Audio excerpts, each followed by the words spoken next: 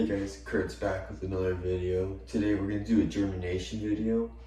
We got our little, I think this is 1.25 feet by 4 feet. I know I can fit at least 4 plants in here, but we're only going to do 2 this round. We got some genetics from Soulfire Gardens. So, I don't know how well you can see those, but this is going to be my first time growing these genetics. I usually get mine from Rocket Seeds. Not a sponsored video or anything. They're just who I went with for this round. The Rainbow Rush I have grown before, so I do know what I'm expecting out of it. It's a very beautiful plant when it comes to harvest. So what you're gonna need is a paper towel. I have a bigger one. I've cut it in half. So that's completely up to you guys if you want to use a whole paper towel or just one. I like just a half of one because one is too much in my opinion. And you can always save a second one for another seed, like in my scenario where 2 seeds, 2 genetics that I'm running. But you get your paper towel and you're going to fold it. You want to make sure you got airflow going through it. Because if it's air just coming in through one way, it's just not good airflow in there. Your seed's gonna suffocate and drown. So once you get there, you're gonna want to make sure to fold it one more time, like so. It's a little long, but at least there's good airflow through it. And then with it being like this, you could put it right here in the center, your seed. Pop your seed right in there, and it naturally wants to stay a little bit open so there'd be airflow, so you don't have to worry about suffocating it. It's what I found out to be best, but it's a matter of what you guys are looking for. There is no wrong way of doing it. It's all of what you're expecting or what you want it to do. Once you've gone to the part of this, I've already skipped that part. Those are just extra ones. So this one we're looking at right now is the Cherrylicious. That's the genetics. I've already started the seeds, so as you can tell, it's not damp. Look, my hands are not wet after touching that, not wet. You don't want it soaking, it should not be dripping. But as you can tell, I got my airflow through the center there. And look at that. Look at that. Already a root coming out, and it's only been a day. It's only been a day. So 24 hours, and I already got a root going. I'm telling you, airflow and the moisture is all you need, and they'll start going. This is probably 24, maybe 30 hours right here, not too long. So it's prey cherry, it's a good method in my opinion. I've never had a seed go bad. I've only had it if my soil was off balance. But you want to throw it in there.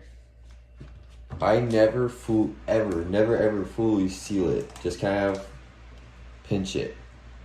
And then I usually tuck this side, like so. And then place it in a dark area. Place it in somewhere that there's not a lot of light exposure, so obviously not in front of a window. Place it in maybe your closet or something, but nowhere that's too cold, because if it's too cold, your seed won't sprout. But as you can tell, I'm ready to plant now. So after 30 hours or so, I'm ready to plant. And that's going for both. This is my Rainbow Rush. This is what this one looks like.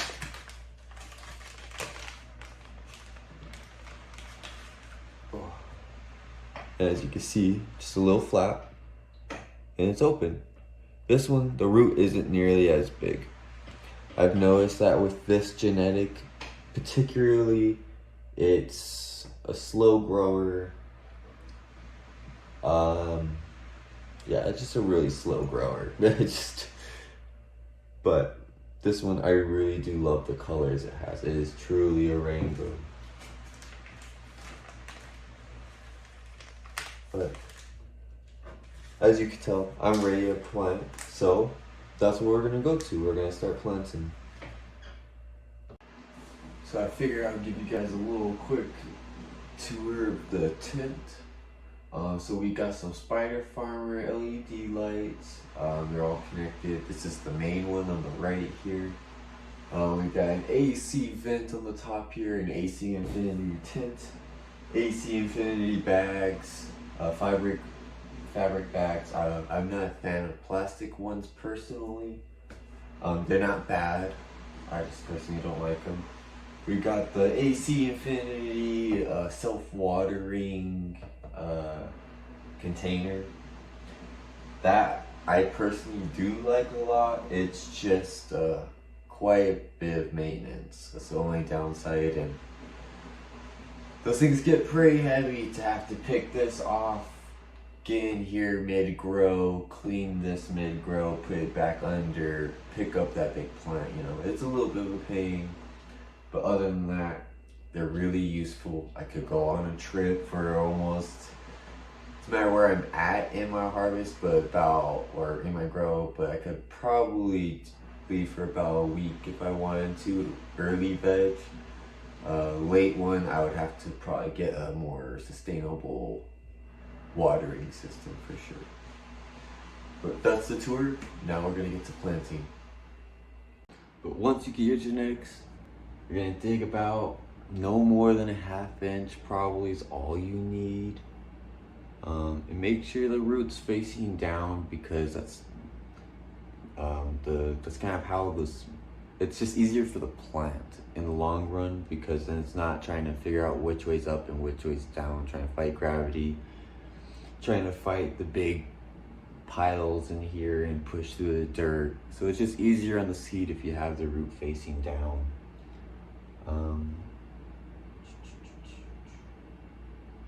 It's a little bit of a scary process. I don't want to crush it or anything.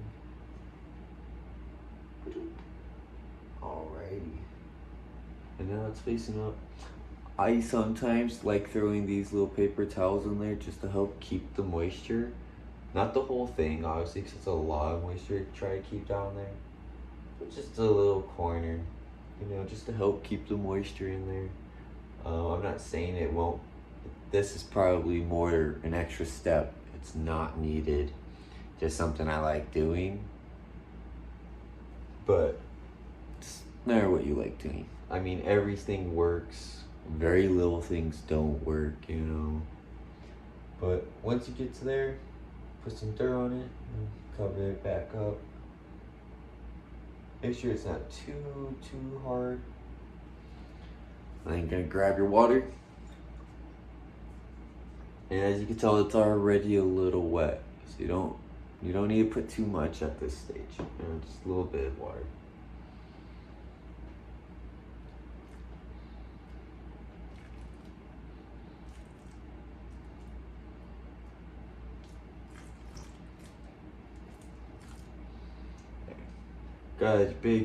Got around the seed area and everything, because you want to make sure, at least around the seed and where the seed is going to be moist. If you even wanted to go the extra mile and put a little dome over it to keep the humidity levels higher so the soil keeps wet longer, you could totally do that. I mean, I've done it before, and honestly, I kind of like doing it. It's just, I got my own place now, so it's like I don't have everything settled in fully, but once I do, I'm gonna have those. And then as for this one, this is the Rainbow Rush. We're going to be doing the same exact thing, so I'm probably going to just skip through this part and then get to the end of the video.